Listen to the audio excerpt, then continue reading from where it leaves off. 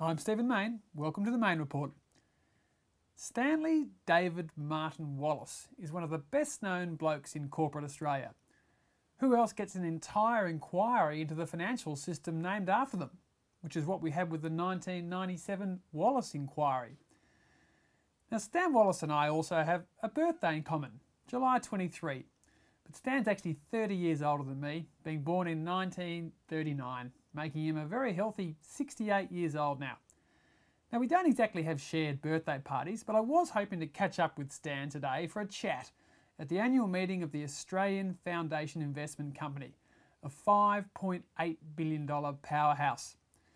Now Stan's been on the AFIC board for 19 years, and just like John Howard, he was going round for another lap, seeking a 3-year extension of his term.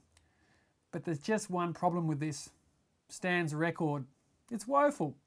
Now he did okay as the managing director of Amcor for 20 years until 1996, but then his performance went all pear-shaped courtesy of AMP and Coles Myer.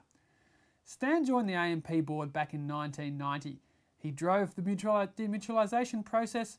He was on the 3-person committee that picked George Trumbull to be the CEO in the 1990s, and that was an absolute disaster. Stan then took over as chairman, appointed Paul Batchelor as CEO, and that was an even bigger disaster. The AMP share price fell from a peak of $23 to less than $3 as more than $10 billion was destroyed from the company, most of it in the UK. If that wasn't bad enough, have a look at what happened at Coles Myer. Stan took over as chairman in 1997 when the company was bigger and more successful than Woolworths. 5 years later, he finally quit the board, his lasting legacy being hiring John Fletcher as CEO. The guy's been an absolute disaster for Coles Myer, and the Woolworths share price is now worth double what Coles is, and Coles is actually being flogged off to Wesfarmers. Fast forward to today's AFIC meeting, and you've got this guy with a dreadful record seeking another 3-year term. How can AFIC tell all the other companies it invests in how to behave when they've got this guy on the board? And making matters worse, Stan didn't even turn up for his own election.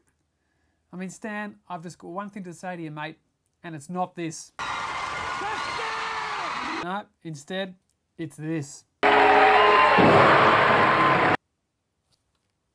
Bit scratchy at the end. I'm Stephen Main. Just keep doing your best.